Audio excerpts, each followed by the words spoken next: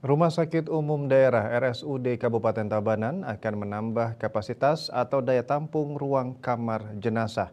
Penambahan rencananya dilakukan pada tahun 2025 mendatang dengan bantuan anggaran dana alokasi khusus atau DAK sebesar 15 miliar rupiah.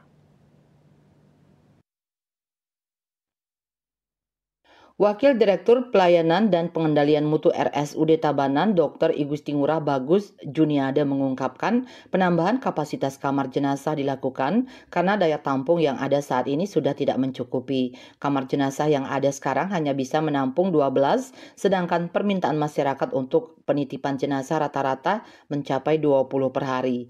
Bagus Juniade menjelaskan penambahan kapasitas ruang penitipan jenazah akan dibangun di lokasi saat ini, namun direncanakan 2 lantai. Dengan ditambahnya ruang penitipan jenazah, diharapkan RSUD Tabanan mampu menampung lebih dari 50 jenazah. Lebih lanjut disampaikannya, penambahan kapasitas ruang jenazah akan dilakukan tahun 2025 nanti dengan anggaran berupa DAK dari Kementerian Kesehatan sebesar 15 miliar rupiah. Anggaran ini termasuk untuk instalasi pemeliharaan sarana dan prasarana rumah sakit IPSRS.